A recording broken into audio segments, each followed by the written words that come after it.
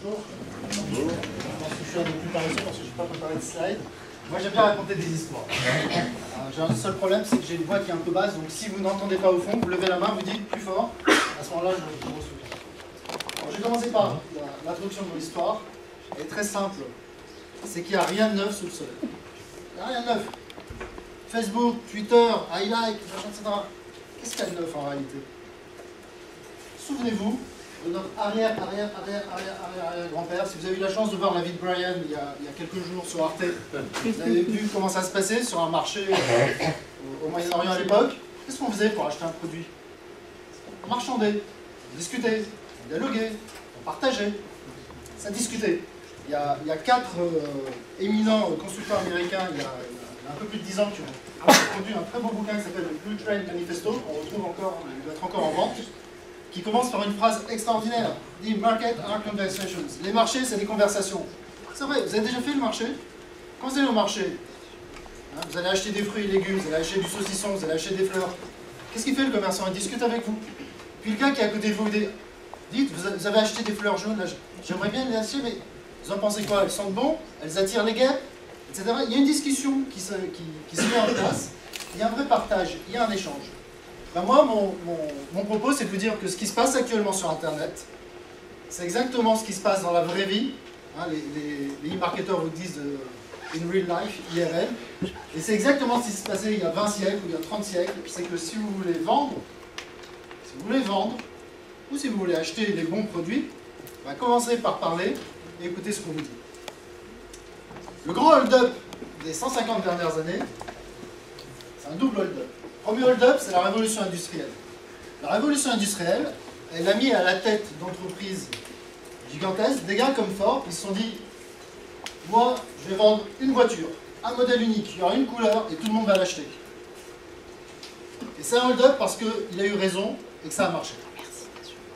Après tout, au moment où les premières entreprises qui fabriquaient des véhicules sont apparues, on a très bien pu penser qu'il y aurait une certaine concurrence, qu'on pourrait acheter des modèles différents chez le même constructeur, qu'on aura un choix sur la couleur.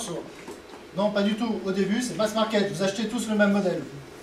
Il a fallu attendre des années plus tard pour qu'on commence à avoir des petites subtilités, des options supplémentaires, une autorisation spéciale pour ceux qui aiment aller vite, un autoradio un peu particulier pour ceux qui aiment tel ou tel type de musique, etc. Premier hold-up. Deuxième hold-up, c'est la publicité. C'est vous faire croire que vous allez acheter parce qu'il y a des gars dans un bureau à Chicago ou à Détroit qui ont pensé, qui ont brainstormé pendant des années pour vous marteler la phrase qui va déclencher l'acte d'achat. C'est la foutaise. On achète des chaussures pour marcher sans se faire mal au pied. On achète des bananes, des pommes et des oranges parce qu'on a faim. On achète une lessive pour laver ses vêtements. Après tout. Hein, c'est fonctionnel. Ouais, sauf que on aime bien quand même sortir avec ses amis, aller au cinéma, discuter, aller au restaurant, montrer ses belles chaussures, montrer que quand on achète une lessive, on est plus malin que les autres parce qu'on la paye moins cher. Hein, montrer que sa voiture, elle va un peu plus vite que les autres, donc l'essence, on la paye moins cher. Et donc, cette discussion qui a lieu dans la vraie vie, c'est elle qui va alimenter en réalité les actes d'achat. Effectivement, on est matraqué par des messages publicitaires. Mais en réalité, quand vous allez acheter votre première voiture, si ce n'est pas déjà fait, vous allez discuter avec vos amis, combien tu l'as payé, où est-ce que tu l'as trouvé, c'est un bon plan, et quand tu vas faire les réparations où tu vas, etc., etc. Les marchés, c'est des conversations. D'accord? Acte 1. Acte 2, on transpose ça sur Internet. Allo Resto, comment j'ai découvert? J'ai 1500 et quelques amis sur Facebook, ou en ordre de grandeur. Il n'y a pas un seul ami qui m'a parlé d'Allo Resto. C'est un jour, je discutais avec une des associées, j'ai 2 associés qui sont 2 femmes. Je pense que ça mériterait un vrai chapitre sur le social commerce et les femmes. C'est elles qui sont les vrais acteurs du social commerce, même s'il y a que des mecs à cette table. Une de mes associés donc vous dit tiens, toi, où est-ce que tu commandes tes sushis? Alors moi, je commande ces sushis West, je vais faire un peu de pub, mais voilà. Je me dis mais non, pas du tout, ils sont trop chers. Puis c'est pas extraordinaire. Va voir à le resto, il y a un comparateur, il y a des trucs intéressants. J'ai découvert le resto, j'ai passé ma première commande, et il y avait un truc malin chez le resto. Qu'est-ce qu'ils ont fait? À la fin de la commande, il y avait, si je me souviens bien, une page qui disait vous avez aimé, vous êtes content du service, rejoignez la communauté. Je rejoins la communauté, et comme c'est mon métier de tant que dirigeant d'une agence spécialisée sur les médias sociaux, de voir ce qui se passe un petit peu derrière. Je suis tombé sur la page de fans d'Allo Resto et j'ai vu qu'on pouvait commander via la page de fans. Je me suis dit, mais c'est génial, c'est extraordinaire, c'est ça l'avenir. Et là, patatrac, les 10 minutes, il vient de me foutre en l'air 3 mois de brainstorming en me disant, mais non, c'est pas du tout ça ce que veulent les consommateurs. J'ai pas dit que c'était pas du tout ça. Pour le moment, on n'a pas vraiment trouvé. Je trouve que c'est la vraie nouveauté avec ces réseaux sociaux, c'est que ça impose l'humilité. C'est-à-dire qu'on essaye des choses, il y en a qui marchent, d'autres qui ne marchent pas, et c'est ce qui intellectuellement est très stimulant, mais parfois aussi déroutant, parce que on essaye des choses, il y en a qui marchent, mais on ne comprend même pas forcément pourquoi elles marchent. En tout cas, j'aimais beaucoup ce que vous disiez sur Allo Resto. Retenez ce qu'il vient de dire, parce que c'est un des rares patrons qui va vous dire, qui a eu l'honnêteté de dire, sur les médias sociaux, on teste, parfois ça marche pas. Et on apprend, comme le dit Yann Gourvenec, on apprend à marcher en marchant. C'est exactement ça. Donc peut-être ça va marcher, voilà, hop, je me rattrape à la branche, peut-être ça ne marchera pas. Mais en réalité, c'est quoi l'objectif? L'objectif, c'est pas de mettre du Allo Resto dans la tête des gens, comme disait Lelay, hein, c'est pas de vendre du temps de cerveau disponible à Coca-Cola ou à je ne sais quelle marque. L'objectif sur Facebook, c'est de propager, de profiter du graphe social des consommateurs. Ça, c'est l'objectif des marketeurs. Moi, je vais vous proposer une autre vue. Et cette vue-là, je vais la baser sur le témoignage d'une salle de concert que peut-être certains d'entre vous connaissent, qui s'appelle l'Ancienne Belgique. Qui connaît l'Ancienne Belgique? Personne. L'Ancienne Belgique, il se trouve que c'est l'une des plus grandes salles de concert de Bruxelles. Capacité de 700 places à peu près.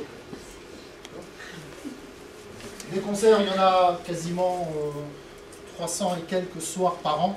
Vous imaginez, hein, 40 jours de vacances, et le reste du temps, vous passez votre temps à écouter de la musique dans une salle de concert. C'est un rythme assez dur à tenir. Il se trouve que l'Ancienne Belgique a un site internet, comme un tas d'entreprises aujourd'hui, sur lequel on peut acheter ses tickets. Et puis sur lequel il ne se passait pas grand-chose jusqu'à il y a quelques années. Moi, ils sont malins, ils ont regardé comment on parlait de l'Ancienne Belgique sur Internet, et ils se sont rendus compte que l'Ancienne Belgique, et surtout les concerts qui se déroulent dans l'Ancienne Belgique, suscitaient un tas de discussions sur ce qu'on appelle les médias sociaux. Ils se sont dit, il y a peut-être une opportunité là. On va en profiter, on va commencer nous aussi à mettre en place des mécanismes qui vont permettre aux gens qui assistent à nos concerts de discuter, de partager, de poser des questions, d'afficher leur goût, leurs préférences. Et puis de fil en aiguille, le dispositif des médias sociaux de l'Ancienne Belgique est devenu l'un des plus beaux dispositifs de médias sociaux d'une entreprise à l'échelle européenne, je dirais. Allez voir, si vous avez un accès à Internet dans les prochaines heures, allez voir ce qu'ils ont fait, c'est remarquable. Je vais prendre un exemple. L'Ancienne Belgique affiche un taux de remplissage de 85% sur l'année. Vous imaginez, 300 et quelques soirs à 85%, donc ça marche bien. Alors, Dieu merci, les affaires pour eux, ça roule. On pourrait dire, si je fais si je fais ça le compte pour un concert, très bien. Je suis heureux, j'ai vendu toutes mes places. L'artiste est content, il va toucher son cachet, son agent aussi. Mais ils font quelque chose d'extraordinaire. Vous savez ce qu'ils font? Quand ils ont vendu tous les tickets, quand c'est sold out, ils rediffusent le concert en live sur Internet. D'accord? Il y a 700 personnes qui assistent dans la salle, et il y a en moyenne 13 000 personnes qui suivent sur Internet. Vous allez dire, mais ils sont fous, ils sont tarés.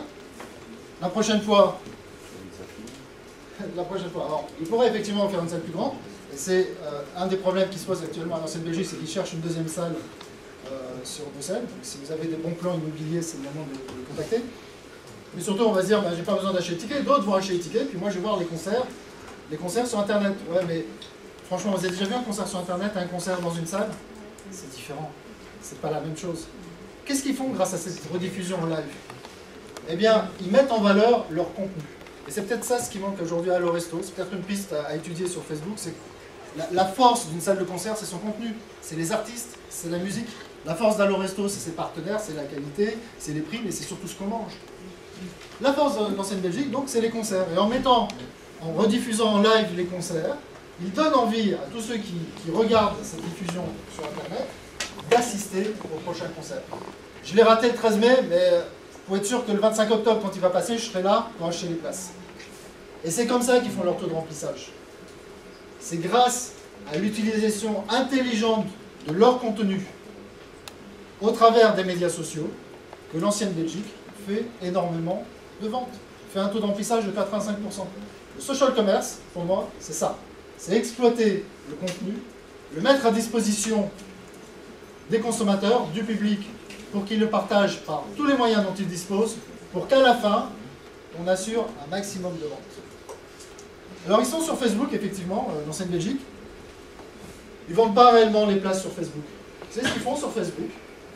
Ils parlent des concerts, ils interviewent les artistes, ils discutent, font une politique de contenu, et ça marche.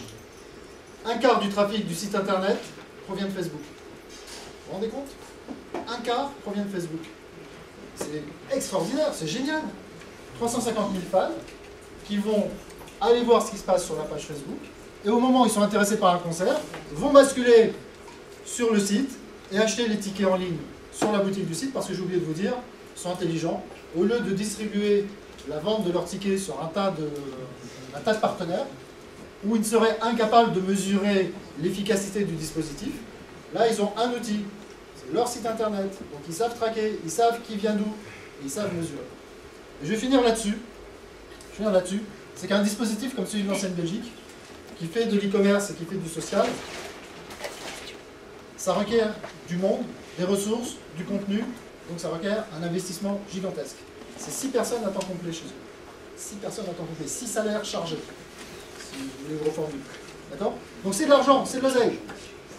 Cet argent, c'est une partie d'un budget global. Et il y a un boss, le patron de l'ancienne Belgique, à la fin de l'année, il consulte le gars, le responsable des médias sociaux qui s'appelle David. Il lui dit, David, ton plan, il m'a coûté tant cette année, il m'a coûté 250 000 €. Qu'est-ce que ça m'a rapporté? David, il est intelligent. David, il a un tableau Excel où chaque mois, il mesure non seulement les ventes, mais également l'origine des ventes. Est-ce que j'ai vendu grâce à Facebook? Est-ce que j'ai vendu grâce au trafic qui est venu de YouTube, ou qui est venu d'ici, ou de là, etc. Et puis David est capable de dire que depuis 2 ans, il y a une part non négligeable des ventes qui proviennent du dispositif qu'il a mis en place. Et ça, c'est ce qu'on appelle le ROI des médias sociaux. C'est affreux, moi ça me fait mal, franchement. J'adore les médias sociaux, j'adore bloguer, j'adore discuter, vous avez vu, j'ai raconté des conneries sur Twitter. Ouais, mais seulement, à un moment donné, il y a un boss, j'ai de la chance, chez moi, c'est moi le boss, donc je valide ce que je fais. Et dans d'autres entreprises, le gars qui fait les médias sociaux, il a un boss qui veut lui dire « Tu m'as coûté cher, faut que tu me ramènes de l'argent. Tu peux continuer à faire toutes tes bêtises si tu me ramènes de l'argent. Si ça me coûte de l'argent, tu vas voir ailleurs. » David, de l'ancienne Belgique, lui, est capable de lui dire « Voilà, je t'ai coûté tant, mais je t'ai rapporté beaucoup plus. » Gardez à l'esprit que faire des médias sociaux ou faire du social commerce, pour faire du social commerce, ça ne sert à rien. Vous voulez faire du social commerce? D'accord? Et c'est la dimension commerce qui va intéresser votre boss. Les médias sociaux, expliquez à mon boss, c'est ça. On s'arrête là?